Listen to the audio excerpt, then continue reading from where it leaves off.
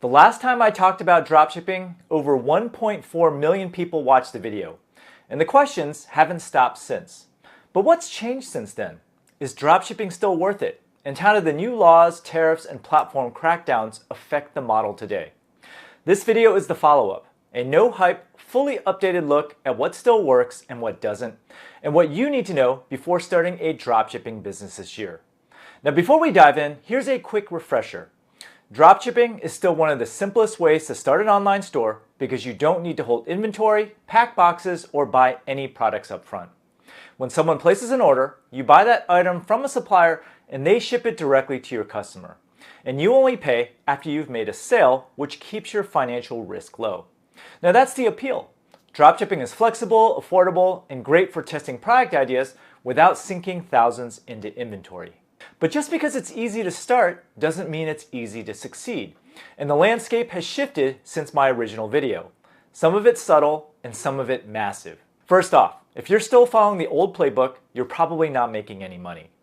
New trade laws and tariffs have made dropshipping more expensive and unpredictable to ship directly from China.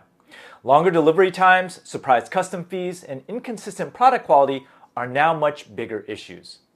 E-commerce platforms have also gotten much stricter. Shopify, PayPal, and Amazon are quicker to flag stores that rack up complaints, ship late, or sell questionable products.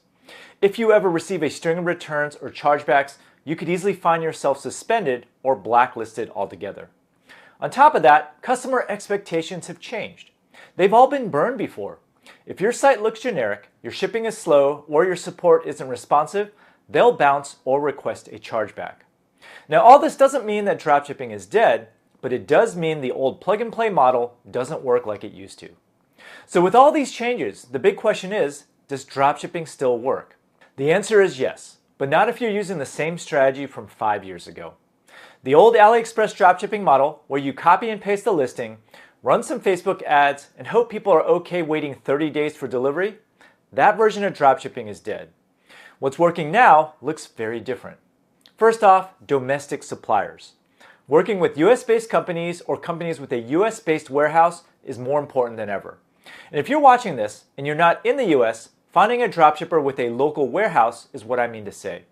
You get faster shipping, fewer customs issues, and more consistency with product quality. And that translates directly into fewer complaints, fewer chargebacks, and better customer retention. Second, print on demand is still going strong, especially if you've got a strong design, a niche audience, or a clear message. You don't need to hold inventory, but you can still build a brand. And that combination makes print on demand a solid option, especially for creators or anyone with an engaged audience. But here's something almost no one talks about. Dropshipping works best when it's not your whole business model. If you've got solid back-end systems in place, like email marketing, SMS marketing, upsells, cross-sells, and repeat purchases, then dropshipping becomes a low-risk way to bring in new customers and build relationships over time. But if your entire strategy is cold ads and one-off sales, it's going to be a grind, and the math just doesn't work out. Now let's talk about dropshipping on Amazon a little bit, because this is where a lot of people get blindsided. Yes, Amazon still technically allows dropshipping. However, you are not allowed to dropship your products from another marketplace like AliExpress, eBay, Temu, or Walmart. Only legit wholesalers are allowed. Also, the margin for error is razor thin. One mistake, even if it's your supplier's fault, and your account could be gone overnight. Just ask my friend John Rampton. He built a 7-figure Amazon dropshipping business, but over the holidays, his supplier ran out of inventory and didn't tell him. He was forced to cancel a bunch of orders, and Amazon shut him down with no warning. That's why I always tell beginners, unless you know Amazon inside and out and your supplier relationships are rock solid, you're better off starting with your own store where you control the experience from end to end. And that brings up a bigger point. Dropshipping can still be profitable, but the margins are a lot smaller than other e-commerce models. Since your supplier is doing the heavy lifting, handling inventory, packing, and shipping, you're paying more per unit. Typical margins fall somewhere between 10 and 30%, depending on the product and the supplier. Now you compare that to private label or wholesale, where you might see 50 to 66% margins, all the way up to 90%, and you'll notice a huge difference in the amount of money you get to keep. That's why product selection matters so much. Low-ticket items rarely leave enough profit to cover ad spend, shipping, and fees, especially now with higher import costs from China. So if you want to dropship, you need to focus on higher ticket products or bundles that bring in more revenue per sale. By the way, if you're interested in learning how to start your own profitable online store, make sure you take my free 6-day e-commerce mini course below. It's 100% free, and I guarantee you'll learn a lot. And here's the part a lot of people get wrong. Dropshipping is not supposed to be your end game. The real value of dropshipping today is that it lets you test ideas with almost zero upfront risk. You can launch a store, run some traffic, and see what people actually want before spending a dime on inventory. That kind of real-world data is way more useful than guessing or relying on trends from TikTok. And once you find something that works, something people are actually buying, that's when you start thinking about private label or bulk buying. That's where the margins get better, the brand becomes real, and you're no longer just a middleman. So if you're treating dropshipping as a testing tool, it still makes a ton of sense. But if you're hoping to build a long-term business with consistent income, customer retention, and brand equity, you're eventually going to need to own more of the process. And that starts with picking the right partners. So where do you find the best dropshipping suppliers? If you're just starting out, using a dropship supplier directory can save you time. Sites like Worldwide Brands or SaleWho maintain lists of vetted, legitimate suppliers. These directories aren't free, but they can help you avoid the trial and error of working with unknown companies.